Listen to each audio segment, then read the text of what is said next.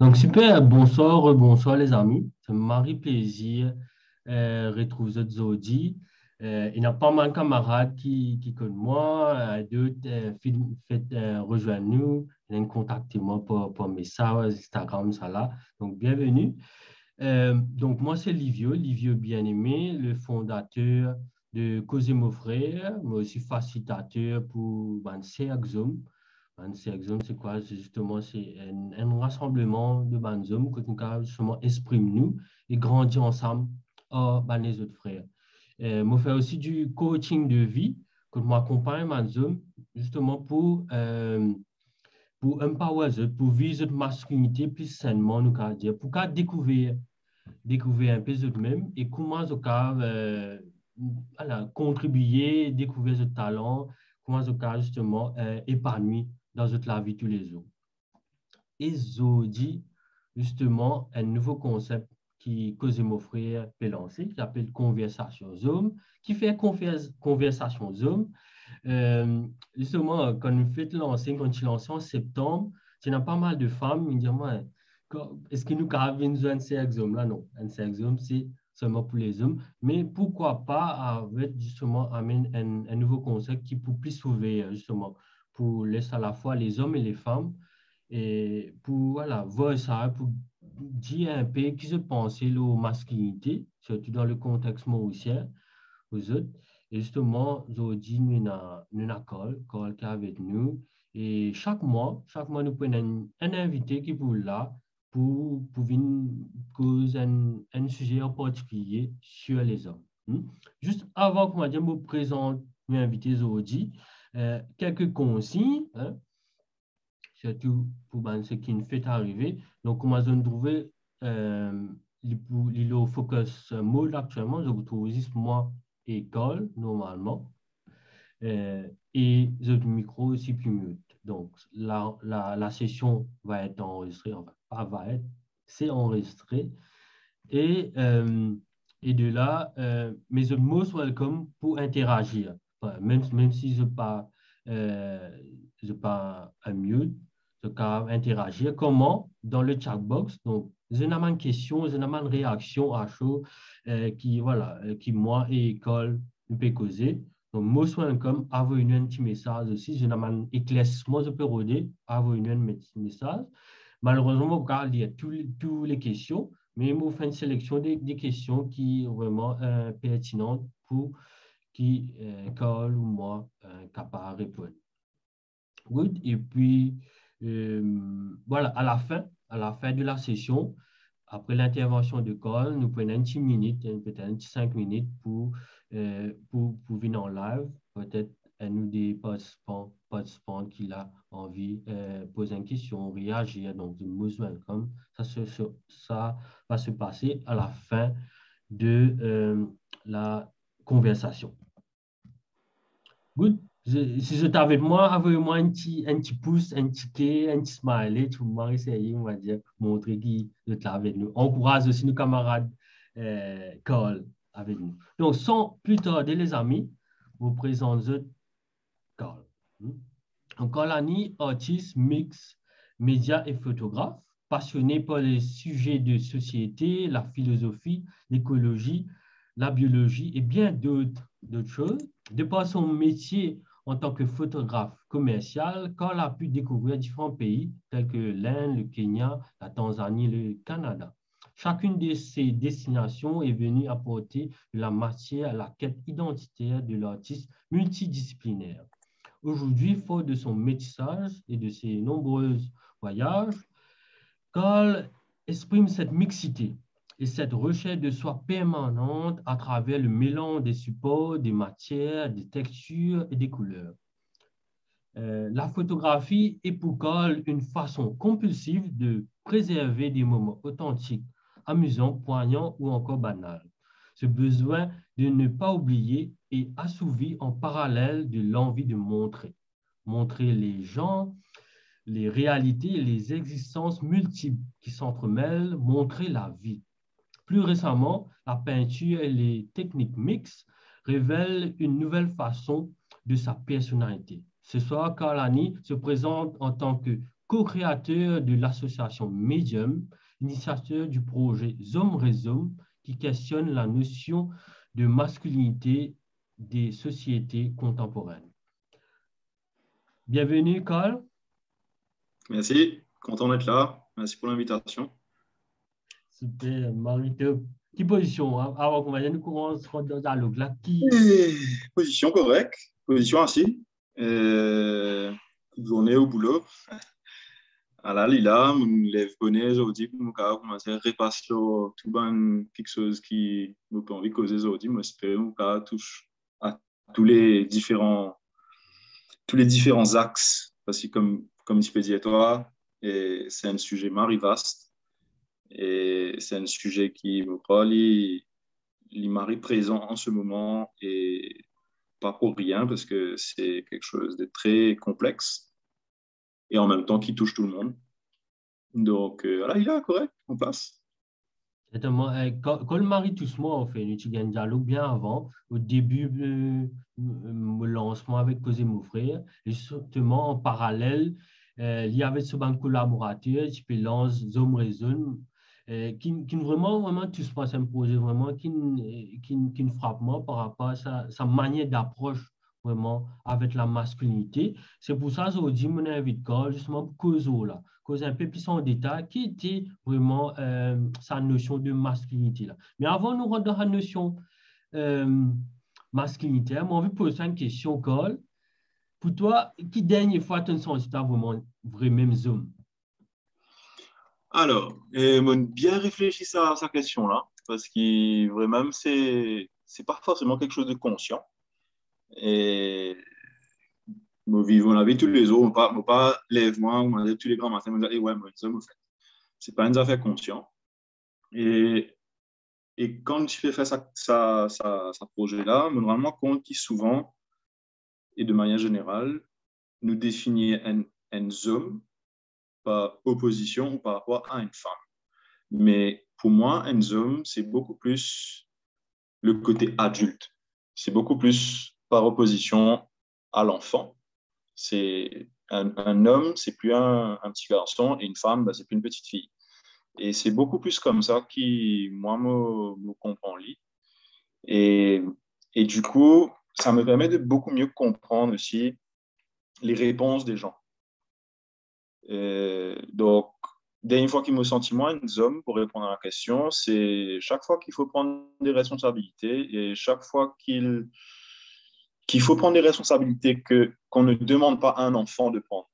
C'est le côté de la maturité, en fait. C'est le côté d'être responsable. Je disais ça la dernière fois, c'est être un homme pour moi, c'est arriver à un moment dans la vie où les choses qu'on doit gérer, ben, c'est pas quelque chose que nos parents peuvent faire pour nous. C'est pas quelque chose où si j'ai un problème demain et que je dois trouver une solution, je ne vais pas causer avec mon papa ou mes parents, mais c'est à moi de régler le problème. Pour moi, c'est ça un job. Au fait, comme on touche l'eau là, on me dit, ah ouais, à ce moment, on peut comprendre ce qu'il fait, et la bande qui donne une bonne réponse qu'ils ont donner dans sa projet qu'il nous fait faire. Voilà, Et là. justement, quand dernière fois, tu n'as pas senti assez zoom? Alors, moi, tiens, un petit affaire, je vais faire un screen sharing, mais je ne pas vraiment nécessaire, en fait, parce que je suis devant moi et si je ne pas si il voit intéressant qui va dire, on trouve ça, c'est plutôt intéressant qu'il nous reste comme ça même. Et justement, comment spécial, si nous avons donné une définition, c'est l'adulte de sexe masculin par opposition au jeune homme ou au petit garçon, un individu de sexe masculin physiquement ou moralement adulte, considéré du point de vue des qualités habituellement attribuées à l'adulte mâle. Et du coup, pour répondre à la question, quand est-ce qu'il me pas de sentiment un homme, au fait, capable, c'est quand il y a un moment de vulnérabilité, c'est intéressant de dire ça, mais c'est aussi quand plutôt ça enfant qui est en moi là, période de l'affection ou période, un moment où juste il a envie, il va pas deal avec tout le problème de la vie, au fait.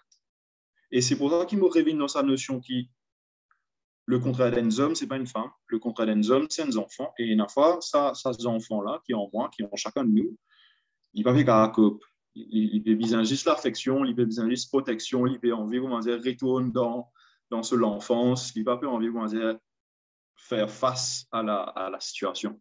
Donc, capable, c'est dans ce moment-là qui me fait un sentiment peut-être moins un homme. Mais pas pour autant qu'il me peut dire, souvent la critique, c'est ouais, tu n'es pas un homme, tu es une femme. Mais ce n'est pas du tout ça, en fait. C'est pas du tout ça. De mon point de vue, aujourd'hui, c'est évident que c'est vraiment une question de transition. Et dans sa petite présentation qui m'a fait là, je pense que vous faites ça screen sharing là. Anyway, on va connaître ces autres pétros. Et c'est vraiment la notion de rituel, au fait, qui est importante dans sa notion là, parce que quand nous vîmes, quand nous faisons nos maturités, quand nous passons de l'état d'enfant à l'état d'adulte, et il y a une transition qui aujourd'hui n'est pas du tout célébrée. Il y a un rituel, vraiment, il y a un rite de passage que nous célébrer la transition de l'enfant à l'adulte. Et ça, c'est une affaire moi, me trouve lui, important parce que, encore une fois, pour revenir à la question de quand vous pas de sentiment à un homme, au fait, c'est l'impression qu'il n'a pas enfant qui pas réussi à exprimer, au fait. Et c'est là qu'il est revenu. Et dans ça, vous pensez, il y a des gens qui viennent comme ça, c'est syndrome de Peter Pan. En fait, le syndrome de Peter Pan, c'est écrit là, hein, Kali et lui en même temps. Tu as remettre share screen là, qu'on ne peut pas paraître. Parfait, il y a mon revenu, moi, mon plié, quand même, tu as aussi chez le contenu. Chez le contenu, au fait, c'est un psychologue qui m'a marré content comme je l'ai découvert, c'est Jordan Peterson. Et je me connais, il est un peu controversé, mais pour moi, c'est un bon signe quand même, dit un peu controversé. Et les causes de sa syndrome de Peter Pan, et sur l'explication, c'est que c'est un phénomène psychologique qui désigne une personne qui refuse de grandir, qui ne veut pas accepter les responsabilités d'adulte. Et en fait, c'est intéressant parce que Peter Pan, en fait, il vit dans un monde imaginaire. OK? Que ce ennemi, c'est le capitaine Crochet. Et le capitaine Crochet, c'est cette part d'adulte, cette part d'homme que Peter Pan ne veut pas accepter. Parce que le capitaine Crochet est méchant, il est dangereux, il est agressif. Et du coup, Peter Pan ne veut pas devenir comme ça. Et c'est pour ça qu'il ne veut pas grandir, en fait. Parce que sa représentation du masculin ne lui plaît pas. Donc, il préfère rester un enfant. Et au fait, c'est super intéressant. Et peut-être que je vais partager le lien parce que Jordan Peterson explique ça super bien. Il va beaucoup plus loin que ça dans l'explication de Peter Pan. Et il explique que, voilà, que Peter Pan est le roi des enfants perdus, qu'il est sur une île imaginaire et qu'au lieu de prendre ses responsabilités, il préfère rester un enfant. Et c'est vraiment dans cette situation-là qui, une fois, mon sentiment, parce qu'il y a une responsabilité trop difficile, ou soit un exemple de masculinité qui est en face de moi, pas du tout intéressant, en fait, un stéréotype, façon de parler, pas du tout intéressant. Donc, je pense que c'est une affaire super intéressante à explorer le syndrome de Peter Pan. Et je pense qu'il y a beaucoup de raisons qui font aujourd'hui, il y a des gens qui sont juste effrayés de grandir, en fait. Et c'est compréhensible. Justement, quand tu amènes ça concept, justement, que en place, nous avons l'image qui, voilà, un zoom, la masculinité, et pour les indices, le sexe masculin, existe, voilà, il y a un combat, nous dire, entre la femme et l'homme. Et là, tu amènes un concept que quoi, c'est plus une transition, au fait. Que, comment dire, c'est le mouvement de l'enfance, de un petit jeune homme-là, pour venir justement sa zone qui a appelé être responsable, être plus mature. Et justement, quand tu causes la responsabilité, ça ça rappelle moi un concept qui Stephen Covey, qui cause ça dans ce livre Seven Habits of Highly Effective People, que justement il cause la définition de responsabilité, qui dit que voilà, la responsabilité, c'est pas forcément une obligation de la personne. Dans le mot même responsabilité, il y a deux segments, il y a respond and ability. C'est d'avoir l'habilité justement à répondre, à agir. Hein? C'est plus une proactivité. Et justement, dans ce concept de masculinité, que l'homme prend ses responsabilités, c'est-à-dire qu'il a la capacité justement pour, Exactement. voilà, pour agir, faire quelque chose. Exactement. Et au fait, nous pensons que c'est Marie normal qui, une fois, nous pas senti nous hommes, encore une fois, du point de vue de la maturité, parce que je reviens sur cette notion de rituel et de rite et de transition. On disait c'est un passage. Zodi, quand un homme fait sa puberté, il commence à avoir un changement sur les corps. Pour une femme, c'est pareil, c'est même un peu plus complexe. Et il y a beaucoup de tabous là, alors que si bien une affaire qui nous célèbre, si bien on va dire quand un homme, il peut gagner sa première érection, il peut commencer à gagner ce ban d'affaires qui changeait, sur les corps qui changeait. Mais il vit tout seul, il vit capable dans une question, il peut gagner honte, il pas connu qui était ça, il peut que ça, sur ban camarade. Et il n'y a aucune guidance. Et pour moi, la notion de rituel, il passe obligatoirement par une notion de business dimoun qui est un guide. Toi, tu fais un travail de coach, finalement, c'est exactement ça. Aujourd'hui, l'éducation, c'est uniquement, quasiment le système éducatif qui fait lier. Nous tous connaissons qui dans le système éducatif, la sexualité, tout ça, là, il est vraiment minime, pour ne pas dire catastrophique, c'est pas du tout abordé correctement. Et quand il a un coup, un petit fils, c'est pareil, il gagne ce ban menstruation. Tout ça qu'il connaît, c'est qu'il est shameful, il n'est pas normal, capable, c'est une affaire qui vient cacher, etc. Alors que c'est une affaire qui est totalement humaine. C'est une transition, il devient une femme, et c'est une affaire qui vient célébrer, au fait, tout simplement. Et on ne pas connaître si tu me poses une question, mais au fait, c'est pour revenir dans cette notion de rituel et de transition là, en fait, qui pour moi est vraiment fondamentale. La masculinité, c'est ne plus être un petit garçon et c'est révéler le potentiel de l'homme adulte, pour moi. C'est un genre Pas de recherche qui vraiment me fait aussi. du potentiel de sa petite enfant. Là, hein? Et c'est intéressant parce que Peter Mm. Pan, le mot pan, il veut dire potentiel. Ça veut dire que quand il y a des enfants, il pensait qu'il a volé, il pensait qu'il a fait une tasse à faire, mais il ne pas prend une décision, puis il peut venir.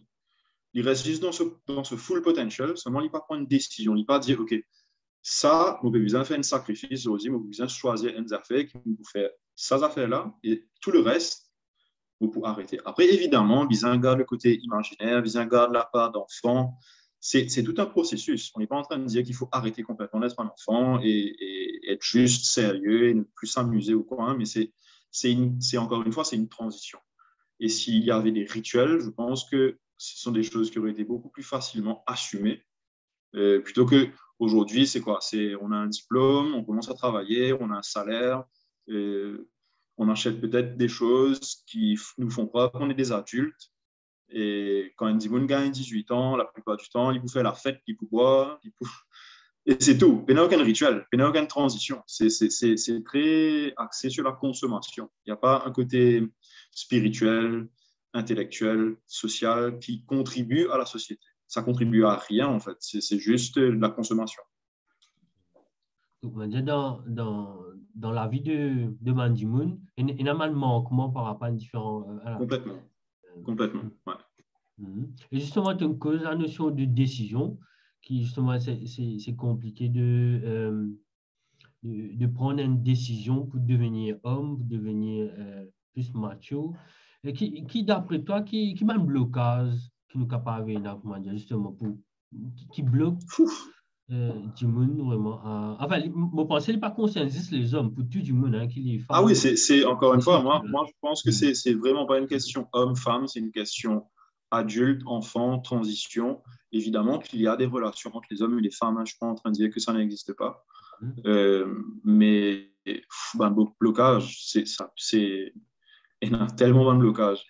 Le simple manque de communication. Ça qu'il nous peut faire là, c'est ne pas penser qu'il nous, bonnes parents, à l'époque, si fait faire ça bonnes affaires là. C'est de participer à les temps, prends les temps pour que ça bonnes affaires là. Donc, juste ça, c'est un blocage. Si toi, tu as une référence zoom, pas que ça avec toi. Zot, tu as une référence zoom, pas que ça avec eux. Mais comment est-ce que toi, tu peux gagner des enfants, tu peux pas que ça avec lui? Tu peux pas même connecter tout plus individu si jamais le sujet a été discuté. Donc, le blocage, premièrement, c'est l'absence de communication. Ça, c'est sûr. C'est aussi le fait que quand nous cause la masculinité, quand nous cause ça van affaires-là, nous pouvons faire une observation sur un sujet qui est complexe et nous avons tendance pour dire ça c'est bon, ça c'est pas bon. La masculinité c'est bon, la féminité c'est pas bon. Un homme c'est bien, une femme c'est mal. Et il y a ce jugement moral là qui est un blocage. Te fort c'est bien, te faible c'est pas bien, te vulnérable c'est pas bien. Non, il faut une partie de l'humanité au fait. Tout ça dans différents domaines là. C'est une subtilité de la réalité. C'est pas bon, bien, pas bien, etc. Et, et ouais, la masculinité, bon, encore une fois, c'est un sujet complexe. Mais ça passe par la discussion, je pense. Et justement, pour ramener vraiment le thème aujourd'hui, c'est plus sur la notion de la masculinité dans la société mauricienne. Toi, justement, à travers tes projets Hommes et Hommes, qui t'étendait, qui m'a écho t'étendait la masculinité, qui m'a mauricien? Comment mauricien, Okay. justement, définir masculinité, d'après toi? Moi, mon impression, c'est que la société mauricienne est toujours dans une vision assez, on dira, pour rester gentil, ancienne et un peu, entre guillemets, arriérée. Mais ça ne veut pas dire que c'est pas, encore une fois, que c'est bon ou pas bon, ce qui est potentiellement bon ou pas bon, c'est les conséquences de ce que cette mentalité-là peut donner. Quand on fait beaucoup de recherches sur la masculinité, avant de rentrer dans la société mauricienne, de manière générale, c'est il regroupe un ensemble de caractères. Ça veut dire que ce n'est pas juste une affaire. C'est pas, on ne peut pas dire si tu n'es pas comme ça, tu n'es pas un homme, ce n'est pas de la masculinité. Non. C'est un ensemble de réalités. Et mon tombe là un livre d'une femme, une biologiste. Le livre s'appelle Les 5 sexes, pourquoi mâles et femelles ne sont pas suffisants. Bon, c'est un sujet qui est controversé. Hein. C'est Enaban Bandibon qui n'est pas entièrement d'accord. C'est des sujets qui sont, comme j'ai déjà dit, assez complexes. Mais en gros, ça, madame-là, qui rend compte, c'est avant, un petit baba vit le monde, nous gâtons en bas, nous disons, OK, c'est un petit garçon, nous gâtons en bas, nous disons, OK, c'est un petit. Fini, avec la même. Bah, au fait, on se rend compte qu'il y a plusieurs sexes. Il y a le sexe chromosomique, ça veut dire XX ou XY. Et Nazimoun qui connaît, c'est le côté génétique. Il y a le sexe anatomique, ça veut dire est-ce qu'il y a un pénis, est-ce qu'il y a un vagin. C'est le sexe hormonal, est-ce qu'il y a une prédominance pour testostérone ou est-ce qu'il y a une prédominance pour progestérone. C'est le sexe social et c'est là qu'il change. Par exemple, à Maurice, socialement, nous peut atteindre un certain nombre de choses qui nous ont droit à dire, mais non, mais aujourd'hui, nous, en 2021, nous ne pouvons pas attendre ça, bonnes affaires-là, des bonnes hommes. La société a évolué. Pareil pour bonnes femmes. Et ensuite, il y a le sexe psychologique. Ça veut dire comment est-ce que moi, me définir mon identité par rapport à mon comportement sexuel ou dépendant de mon sexe anatomique et mon comportement sexuel. C'est souvent lié à l'orientation sexuelle, en fait. Donc, c'est un sujet super complexe. Et nous avons tendance pour résumer en pénis, vagin, garçon, fille, homme, femme, taille la même. Et ça aussi, c'est le problème. Et du coup, dans la société mauricienne, pour revenir sur ta question, ben voilà, c'est resté un peu à l'ancienne. C'est Dimoun qui appelle ça la société patriarcale. Oui, c'est une façon d'appeler les choses. C'est définitivement l'homme qui va décider, qui va prendre toutes les décisions. C'est lui le chef. Et ça, c'est quelque chose qui ressort souvent des questions qu'on pose. Mais encore une fois, enfin, nous, à cause d'un talent là, je peux dire, toi, on gagne cette discussion-là avec un camarade, avec plusieurs camarades.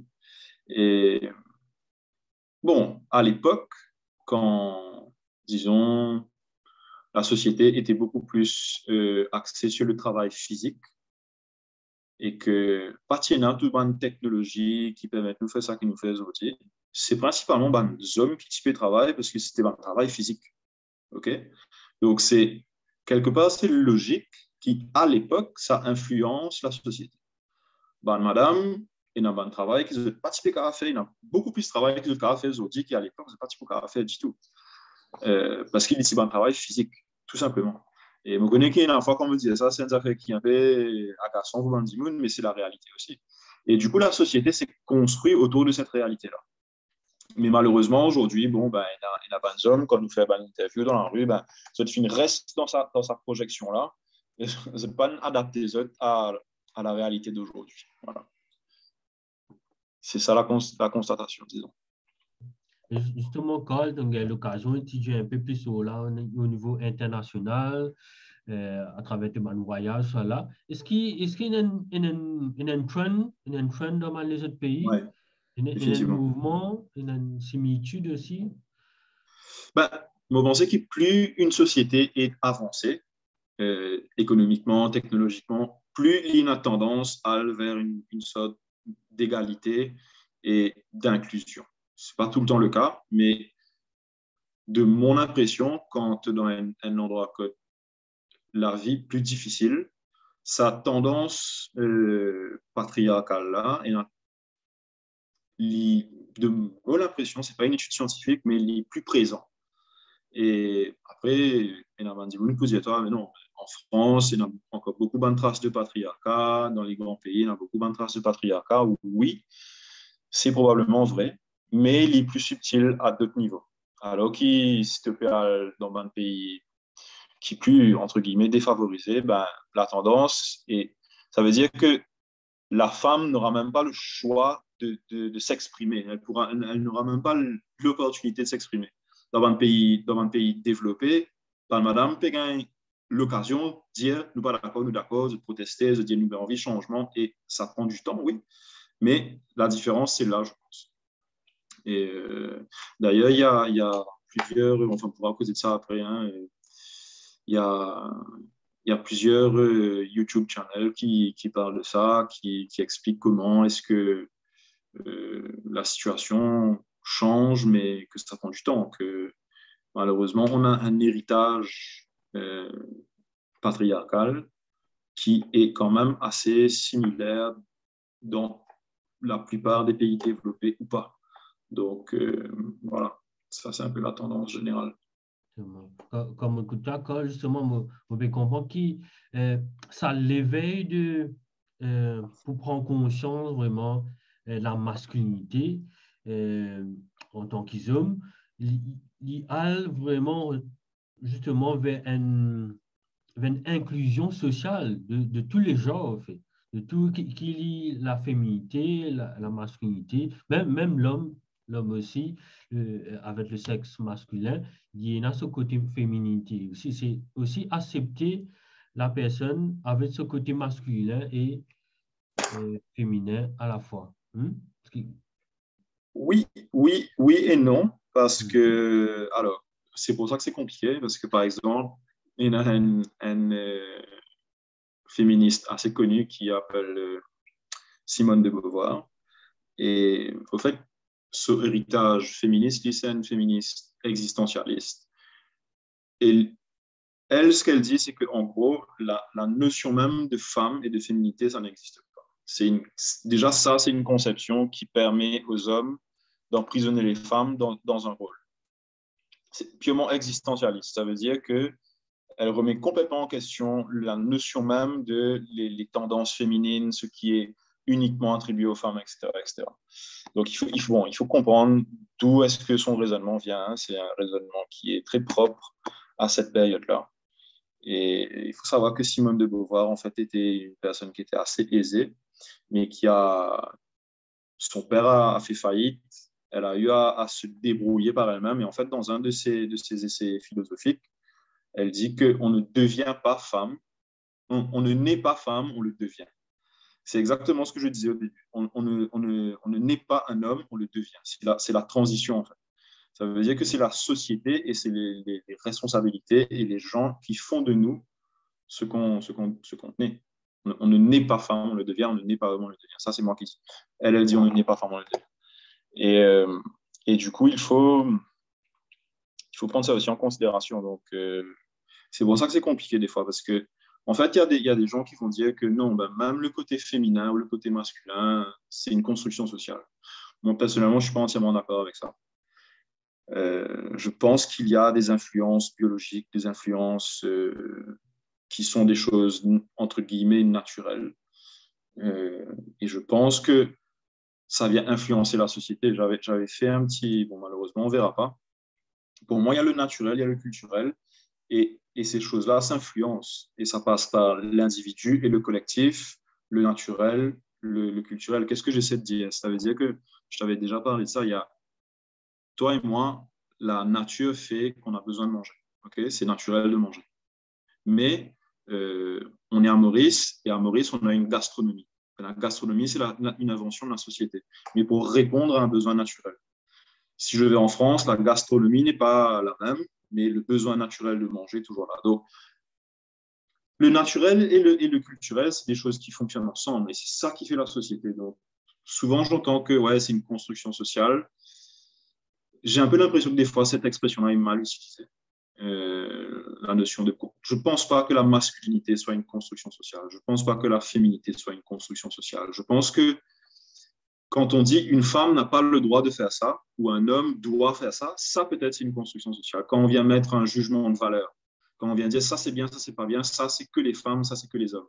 Mais je pense qu'il y a une nature féminine et une nature masculine. Ça c'est mon opinion. Après, qu'est-ce qui est dans les autres sociétés? C'est compliqué, hein, tu sais, il y a beaucoup de sociétés différentes, il y a beaucoup de pays différents. Euh, quand je faisais mes recherches, je suis tombé sur un gars qui s'appelle Ludovic Merlin, comme Merlin. Et en fait, c'est intéressant parce qu'il lui aussi, il est coach, il fait des cercles d'hommes, et lui, il parle des archétypes. Et pour lui, les archétypes masculins, en fait, ce sont un peu des tonalités énergétiques. Ça veut dire que un des archétypes, ça va être le roi. Et le roi, c'est lui qui va mettre la loi et la structure. Donc, c'est des images, hein, il ne faut pas s'arrêter trop sur les mots.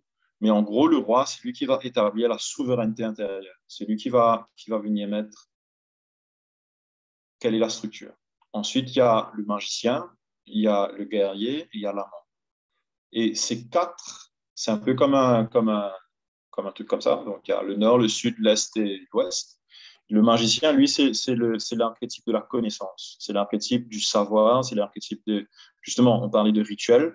Ben, les chamans, les sorciers, les druides, et les philosophes. Plus récemment, aujourd'hui, les scientifiques, ceux qui maîtrisent un savoir, c'est l'archétype du magicien.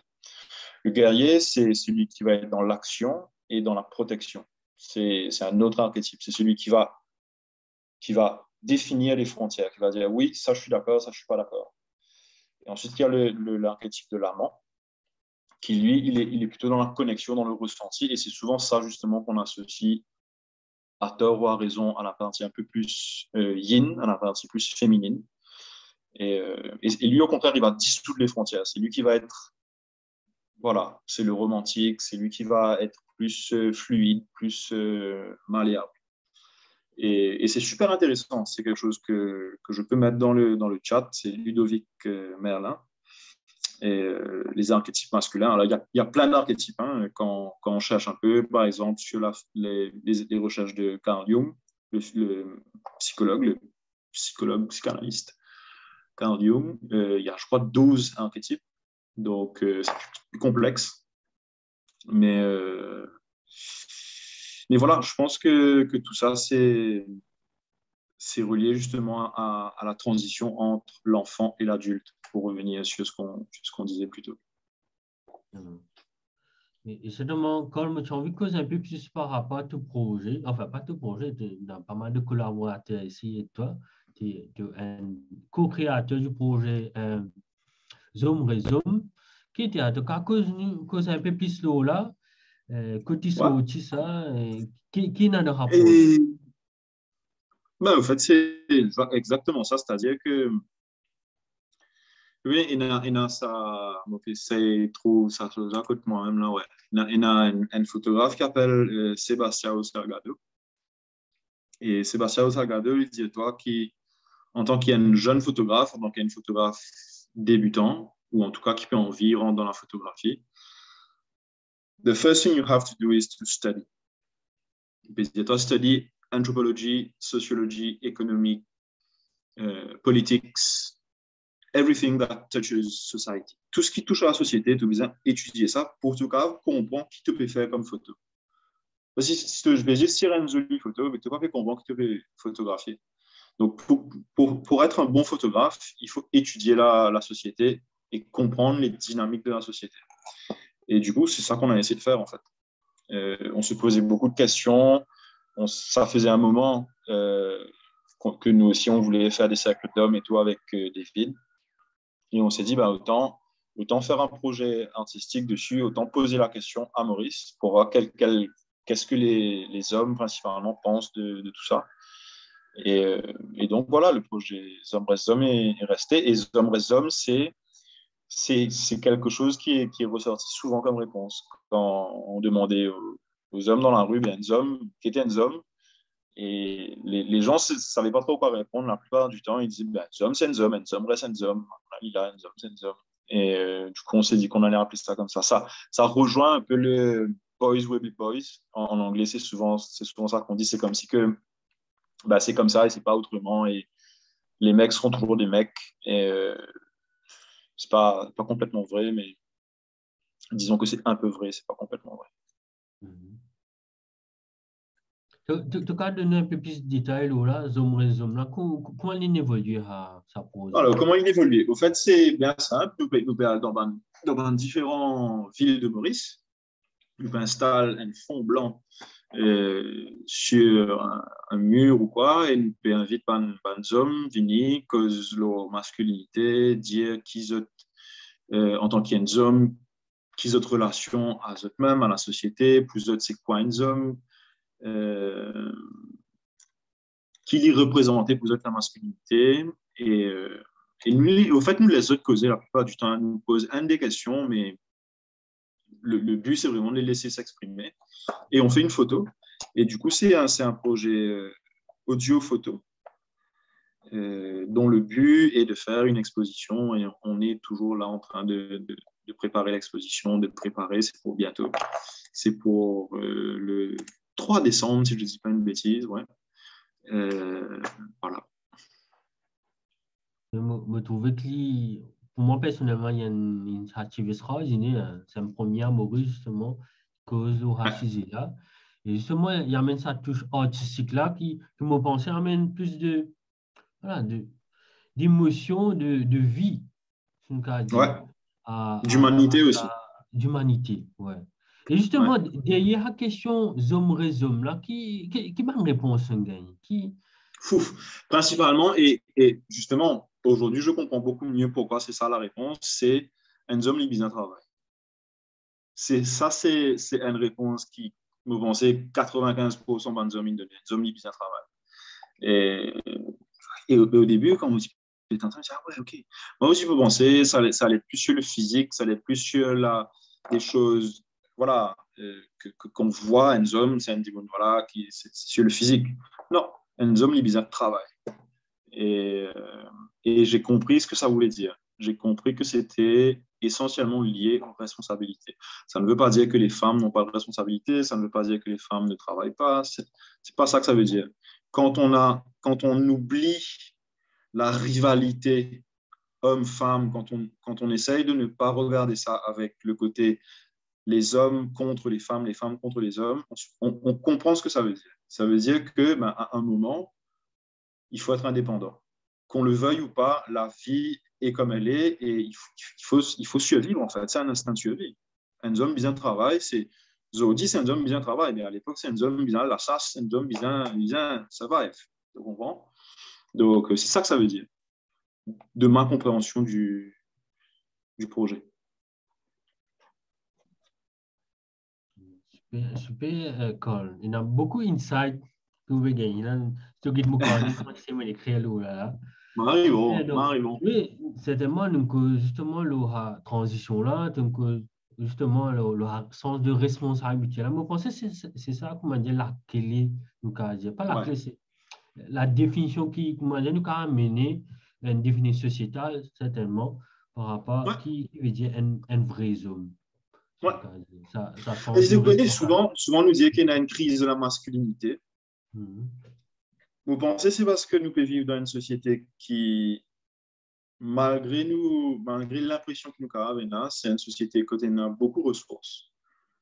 Oui, il y a des gens qui, dans la pauvreté, oui, il y a beaucoup de problèmes, mais contrairement à une autre époque, il y a beaucoup plus de ressources. Il y a beaucoup plus de facilité, il y a beaucoup plus de confort. Et au fait, vu qu'il y a ça manque de rituels là, ça manque de fraternité côté hommes et comment on appelle de sororité côté femmes, et là, ça vide là. Vous pensez qu'ici, la société qui est en crise, en fait. La crise de la masculinité s'exprimant d'une façon et la crise féminine, peut-être, s'exprimant d'une autre façon. Et ça fait vraiment penser à une autre affaire que nous mettait dans sa présentation là. C'est, en tout cas, je trouve ça dans beaucoup de mythologie moderne. Dans la mythologie, l'ancienne mythologie, mais les autres mythologie moderne, c'est essentiellement un film. Harry Potter, on prend un autre exemple qui est un film pour enfants, mais justement, Harry Potter, c'est ça, c'est la quête héroïque, il peut vivre un adulte. Et il n'a sa part de magie, il a un problème dans sa vie, c'est un monstre qui peut envie, un sorcier qui peut envie de tuer, qui ne tue ses parents. Et Lily Bébizin trouve sa part d'adulte, sa part qui va pouvoir se protéger contre la mort, en fait, puisqu'il il va devenir un magicien et il va réussir à maîtriser le savoir. C'est ça que ça veut dire Harry Potter. Et bon, on peut vraiment fouiller beaucoup dans ce genre de films-là. Il y a plein de films qui parlent de ça. Et en fait, dans la vie moderne, le côté héroïque, c'est un des archétypes qui fait que le petit garçon, justement, va activer les qualités qui vont faire de lui un homme. Et ça n'a rien à voir avec le côté c'est contre les femmes, c'est contre le féminisme. C'est pas du tout ça. Ça, moi, je crois qu'il faut vraiment prendre ça et foutre ça à la poubelle parce que c'est pas du tout une rivalité homme-femme. Euh, c'est ridicule, en fait, je pense. La rivalité homme-femme, c'est nul. On a beaucoup plus de problèmes à gérer ensemble que de problèmes à gérer les uns contre les autres. Il y a suffisamment de problèmes sur Terre, je pense, pour comprendre que le vrai travail, c'est un travail intérieur. C'est moi, quelle est ma vérité et comment est-ce que j'exprime ça dans la société en étant le plus juste, le plus conscient, le plus... il y a des notions de discipline aussi. Il y a un autre film qui est super intéressant, c'est... moi, je suis un fan de Marvel. Pas connu que toi, mais mon mari est content de Marvel. Et Venom, tu trouves Venom? Quand tu peux check sa film là, en même temps, tu peux faire une table, tu peux écouter Jordan Peterson encore une fois. Et au fait, Venom, c'est exactement le concept de integrating the shadow. Carl Jung, encore une fois, explique-toi qu'en chacun de nous, il y a un monstre. Okay? Et c'est exactement ça, Venom. Et tu en as trois dans sa film là, pour ceux qui ne pas connaissent, tu en as trois versions de symbiote. Okay? Tu en as Venom, tu en as Carnage et tu en as Riot. Et la seule différence, c'est que Venom, ni bon ni mauvais. Riot et Carnage, c'est un mot qui est uniquement destructeur. Okay? Venom, si tu en mets lui, il tue toi. Sinon, il a un lit. C'est un venin, c'est ni bon ni mauvais.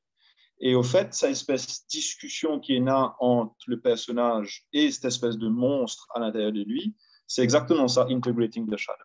C'est ça le parcours héroïque.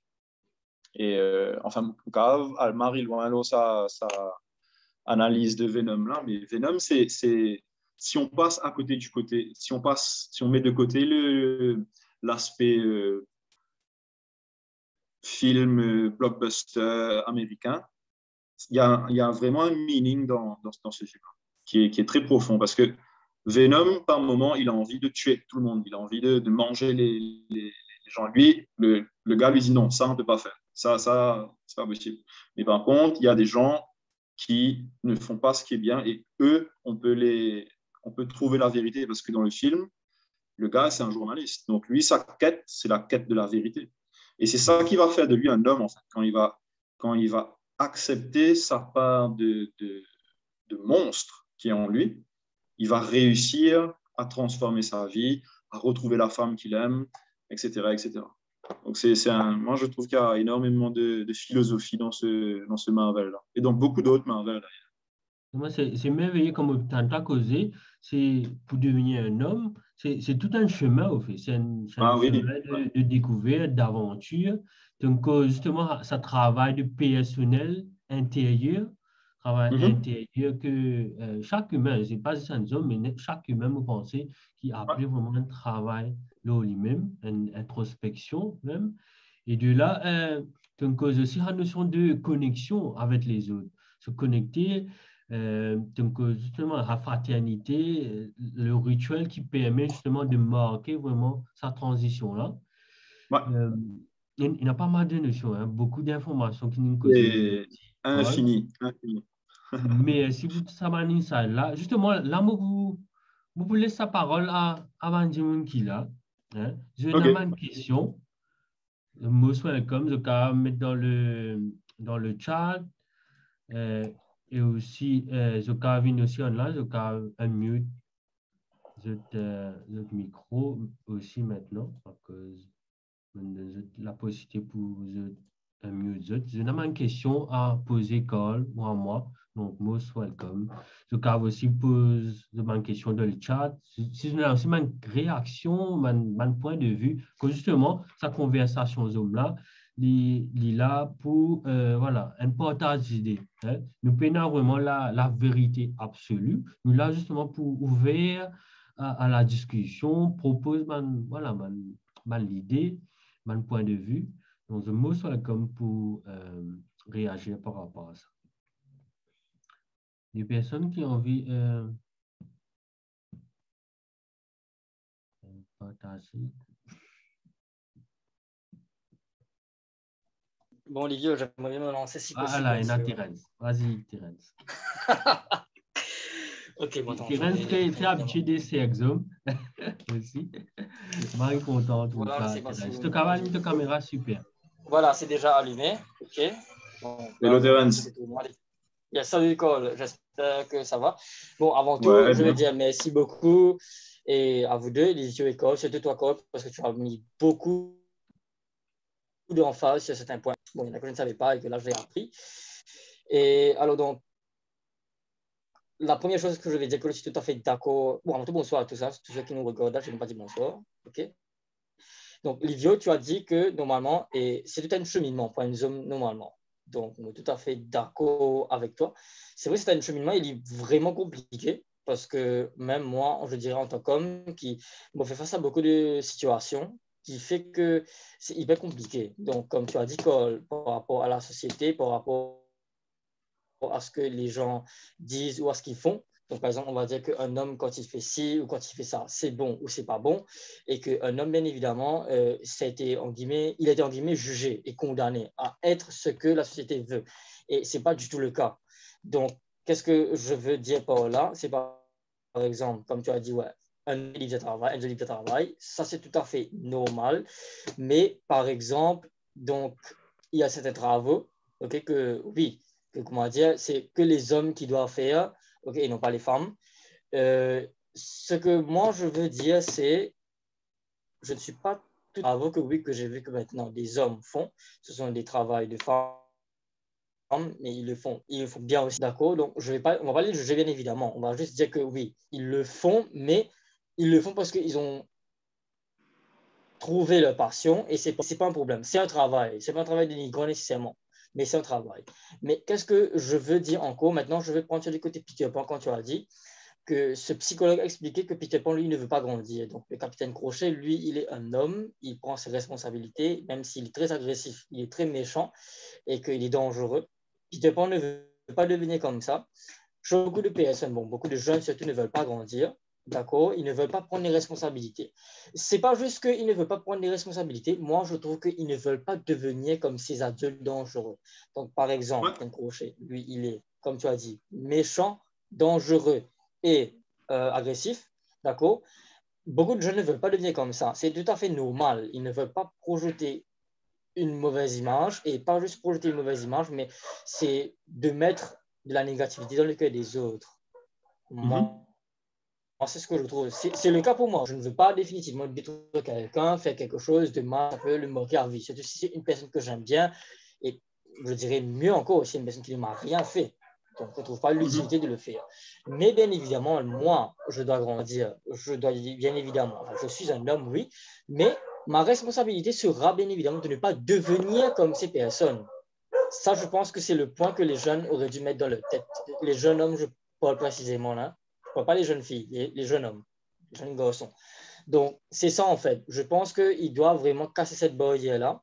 Donc, d'accepter que oui, que même si il y a eu beaucoup de tort, comme une femme m'avait dit une fois, que les revers des adultes, je suis tout à fait d'accord, qui fait que beaucoup de jeunes sont révoltés et qu'ils ne veulent pas grandir, comme je viens de le dire, mais ce n'est pas une raison. Malheureusement, nous sommes tous appelés à grandir, à devenir hommes ou femmes, d'accord, à prendre nos responsabilités et bien évidemment de vivre, de combattre. Donc, je ne trouve pas l'utilité de dire qu'on ne veut pas grandir, qu'on ne veut pas devenir adulte parce que ouais, les adultes, il y a trop de problèmes, ils ont trop de responsabilités.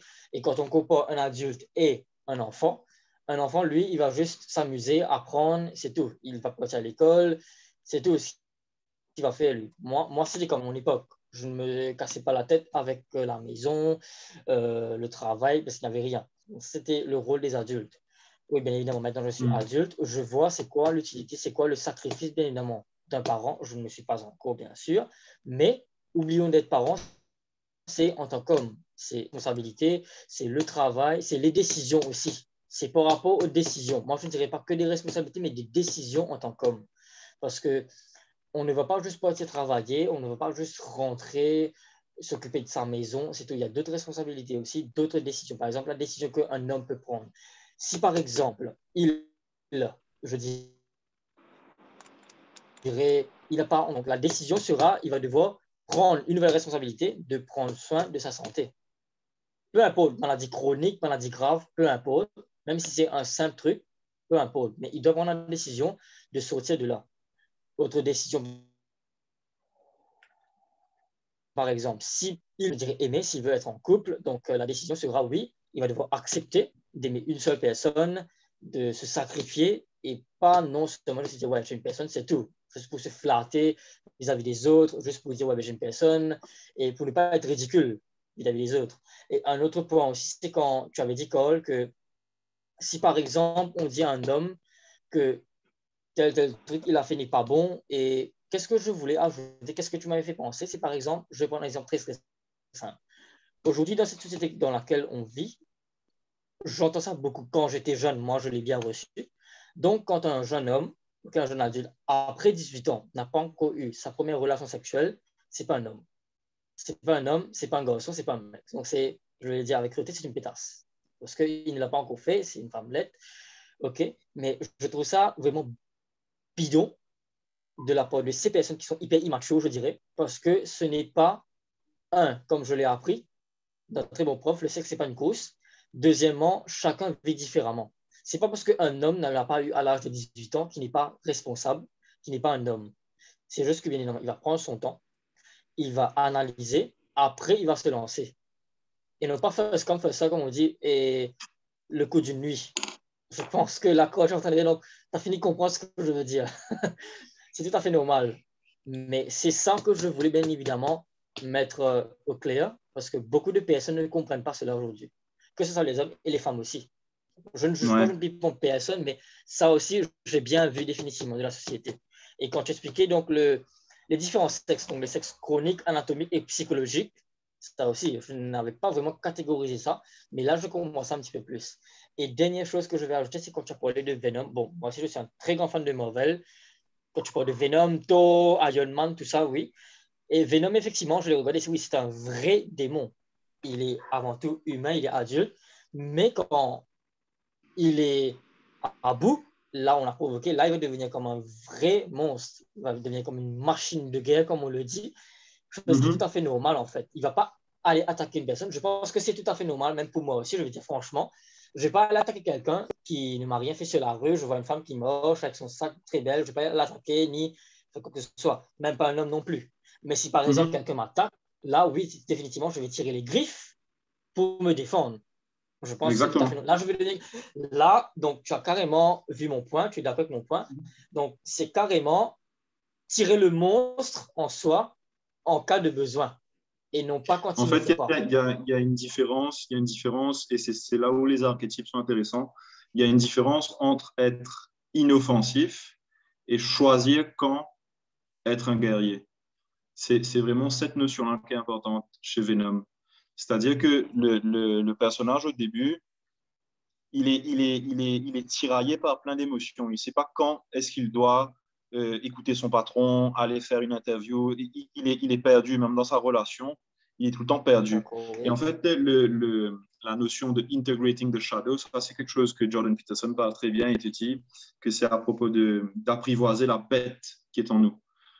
On a tous une bête en nous. Et si on ignore la bête, c'est là qu'elle va prendre le dessus et qu'elle va nous manger. Parce que Venom, lui, il lui dit, si tu continues à m'ignorer, je vais te bouffer de l'intérieur. C'est ça qu'il lui dit. Dans le film, il dit ça. Et c'est ce qui se passe. Il lui dit, ah, ton foie a l'air pas mal. Et il commence à le menacer de le manger de l'intérieur. Et c'est ce qui se passe avec les autres personnages. Quand ils mettent le symbiote avec un personnage qui n'est pas aligné, ils tuent carrément le personnage. Et quand il rentre dans Eddie, je crois, il trouve une capacité à négocier. Et c'est exactement ça que Carl Jung dit quand il parle de integrating the shadow. Ça veut dire accepter la part en moi qui est dangereuse, accepter la part en moi qui est potentiellement destructrice, mais en faire quelque chose. C'est vraiment ça, en fait. Je comprends tout à fait. Mais seulement ce qui est parfois le plus dramatique, je dirais, Cole, c'est que regarde en tant qu'homme, d'accord, c'est comme tu as dit, la différence entre être inoffensif et d'être un guerrier, chose que je pense que les gens doivent vraiment comprendre, ok? Choisir quand l'être, ok? Choisir quand est-ce qu'il faut être inoffensif et quand est-ce qu'il faut être un guerrier. Je pense que c'était le cas de tout le monde, en fait, parce qu'il y a des jours où vraiment j'ai choisi d'être un vrai guerrier, d'accord? Ce n'est pas nécessairement en cas de défense vis-à-vis de quelqu'un, verbal ou physique, c'est dans la vie de tous les jours, où, par exemple, il faut se battre contre un simple truc, donc là, on va mettre comment expliquer ça là? Cette armure, okay? L'armure d'un guerrier, donc on va se battre contre ça. Ça aussi, je trouve que c'est vraiment important. Mais en fait, qu'est-ce que je voulais dire, c'est que ce qui est le plus dramatique, c'est que parfois, quand tu choisis d'être un guerrier, face à des situations, je ne dirais pas nécessairement catastrophiques, mais importantes, telles que, par exemple, si tu es dans une situation que, par exemple, tu dois rapidement prendre une décision, par exemple, si tu as deux travails que tu dois choisir, que tu as besoin de finances, tu dois te dire, OK, j'ai deux là, mais il faut que j'attaque un seul, je ne peux pas attaquer les deux, donc rapidement, je n'ai pas beaucoup de temps, je dois réfléchir. Donc, c'est soit l'un, soit l'autre. Donc, tu vas carrément te jeter dans la gueule du loup, OK, pour prendre cette opportunité-là. Donc, c'est ça que parfois que je trouve qui est vraiment dramatique, c'est parce que quand parfois, après, tu prends certaines décisions que oui, tu as mis ton armure de guerrier, mais que parfois, tu peux avoir des regrets ou ça peut te rapporter des problèmes. Je ne sais pas si tu comprends un petit peu ce que je veux te faire comprendre là, mais en fait, j'ai vécu ce genre de choses, en fait. Par exemple... Je pense que c'est parce qu'aujourd'hui, on est vraiment dans une société productiviste. On est dans une société où il faut aller vite, il faut tout le temps produire. Et on a mis de côté les autres archétypes. Parce que, comme on l'a dit, il y a plusieurs archétypes. Il y a l'archétype du roi, qui est la souveraineté intérieure. La souveraineté intérieure, c'est apprendre à se connaître. C'est lui qui va créer la structure. Et c'est quand la structure est créée que le guerrier va réussir à prendre les bonnes décisions. Mais il faut aussi accepter que c'est parfois une question de trial and error. Si tu n'as pas essayé quelque chose, tu ne pourras pas savoir. Tu ne peux pas être 100% sûr que cette décision-là est la bonne. Donc, des fois, il faut se casser la gueule pour se dire, OK, là, j'ai appris. Le vrai problème, c'est de refaire les mêmes erreurs. Ce n'est pas de faire une erreur. Faire une erreur, c'est OK. Et puis, il y a le magicien. Le magicien, lui, c'est la connaissance, c'est de savoir. C'est celui qui va essayer d'aller explorer les nouvelles théories, tu es quelqu'un qui s'exprime souvent, tu es quelqu'un qui t'intéresse à des choses souvent dans les cercles d'hommes, tu prends la parole, c'est quelque chose qui révèle une envie de comprendre la société. Mais ça, je pense que ça, c'est super important. Et c'est quand tu as la capacité de comprendre la société, de dire, ah ouais, ça, je ne savais pas, ça, j'ai appris, ça, j'ai compris, ça, j'ai fait une erreur, que tu prends du recul et que tu arrives à te dire, OK, maintenant, je peux prendre les meilleures décisions. Sinon, mais je pense que le problème aussi, c'est la société individualiste. C'est-à-dire que je dois réussir pour moi, tant pis pour les autres. Ce n'est pas comme ça que ça fonctionne pour moi. Pour moi, on est fait pour être connecté, on est fait pour se respecter l'un l'autre et réussir aux dépens des autres. Ma petite vie, c'est une illusion. C'est une illusion. Merci Thérèse pour ta réaction. Merci Carl aussi. Justement, tu amènes un éclaircissement sur mon archétype et comment c'est important aussi de comprendre ce type de archétype-là, justement pour découvrir moi-même en tant que personne et aussi comment nous avons justement une acceptation de soi aussi découvert à côté sombre aussi de soi là aussi justement pour permettre moi justement de trouver une opportunité. Peut-être avant de terminer là, une dernière réaction de notre participant ou participante. On a Hicham qui n'a ligne. Yes. Bonsoir à tous. Bonsoir Hicham. Bonsoir Carl. Merci pour cette conférence Zoom là. Tu marié et moi. Peut-être me vous pas un jeu qui comment on retrouve moi ici avec l'autre Zoom call là. Il y a environ 2 semaines de cela, mais on a un groupe camarade, un groupe garçon. Nous connus depuis plus que 8 ans, on dit à 10 ans par là. Nous capables de dire que nous grandis ensemble, nous faisons sa transition que nous finit collège, l'université, nous ça connaît dans la vie et dans ce travail, etc. Donc nous vivons un peu ça de l'époque là ensemble. Et récemment, nous besoin un peu de moins en moins que d'habitude. Mais récemment, on a un moment de meilleur camarade qui un dimanche, il dit téléphonement, il dit moi bordé, moi bien cause de toi parce qu'il me n'est plus capable. Ok, il me dit ça à côté. Et c'est là que pour la première fois, un dimanche qui me connaît depuis 10 ans, pour la première fois, il dit moi te connais, maintenant tel problème qui fatigue moi. C'est mon affaire qui me vivent comme petit enfant et qu'ils ont dit je n'est plus capable de finir parce qu'il est affecté la santé mentale. Clairement, il y a une crise de panique, c'était un sentiment enfui en lui et qu'ils ont dit qu'il ressorti en tant qu'adulte pour X raisons, plusieurs raisons. Et ça m'a touché moi. Ça m'a touché moi et il fait vraiment réfléchir en fait. On a un groupe Carven 7-8 du monde. Et nous nous joignons pendant un bon moment, toutes les semaines, nous discutons avec nos camarades, manger, assiser, boire, enfin, tout ensemble. Et jamais, ils prennent vie dans nous l'esprit, cause de un problème en fait. Cause de un problème. Et c'est une affaire qui me tiltait en moi, qui me disait moi-même, mais est-ce que ça m'a dit maintenant, c'est vrai, même mon camarade, si je ne suis pas capable de partager nos problèmes.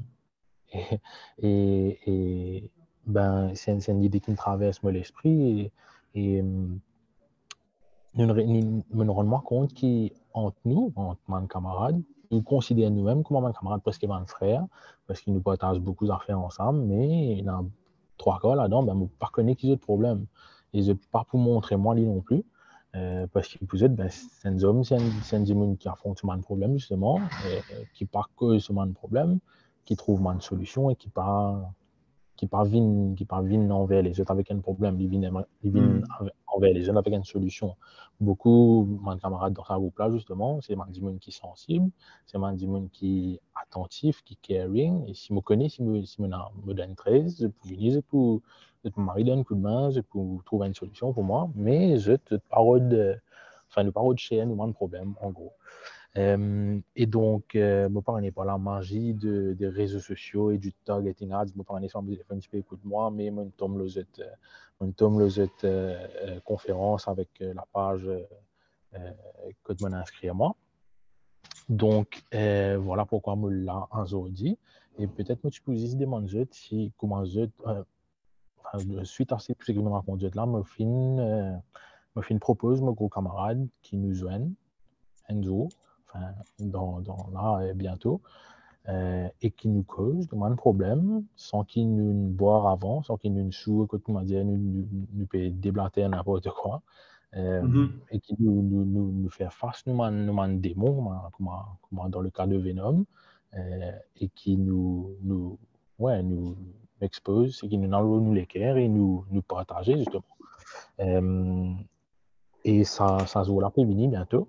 Mais je veux bien dire que parfois, c'est moyen des outils, les moyens d'aborder la conversation sur ce thème-là. Donc, on parle des outils capables de moi, si outils capables de donner des tips.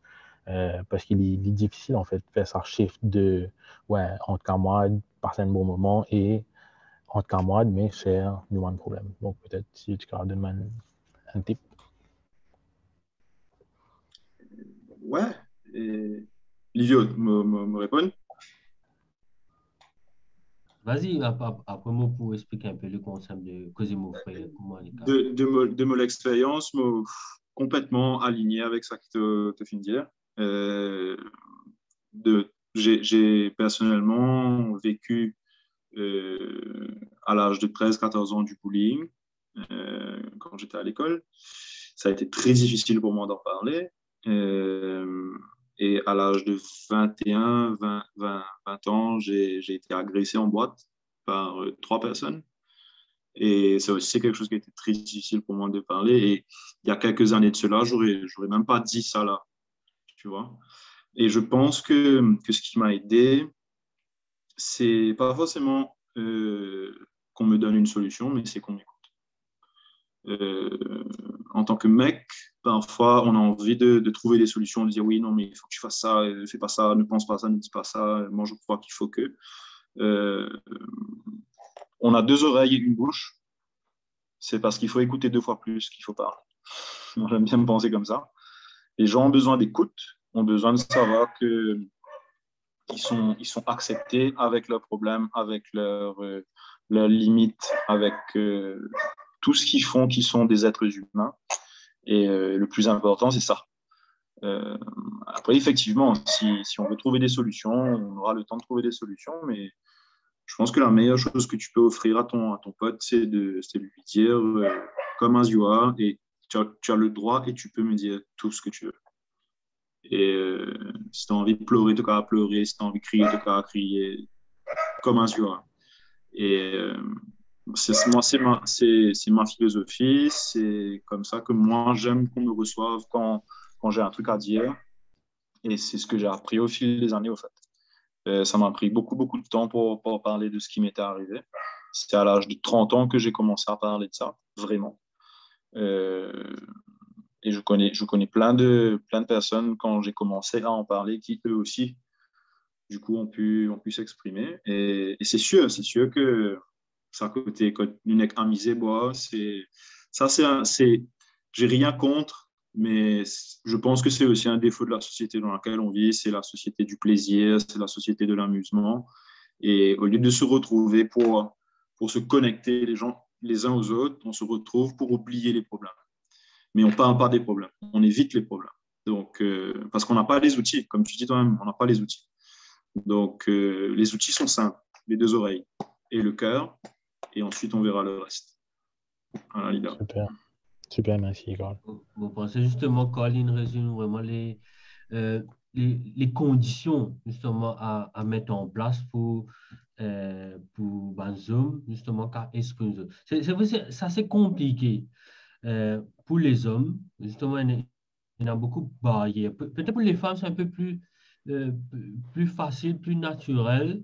On ne va pas dire que toute femme qui est contente, on va dire causer, il y a tout ce qui est ressenti. Mais surtout les hommes, nous avons difficulté justement à oser vraiment être vulnérable. Hein.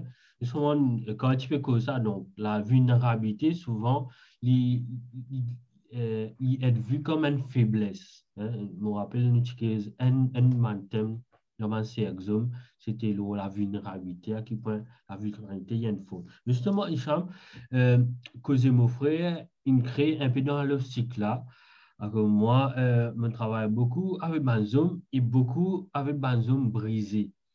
Et justement, beaucoup là-dedans, je souffert d'addiction avec la drogue, l'alcool. Et derrière l'addiction-là, il y a tout d'abord un zoom avec un mal-être.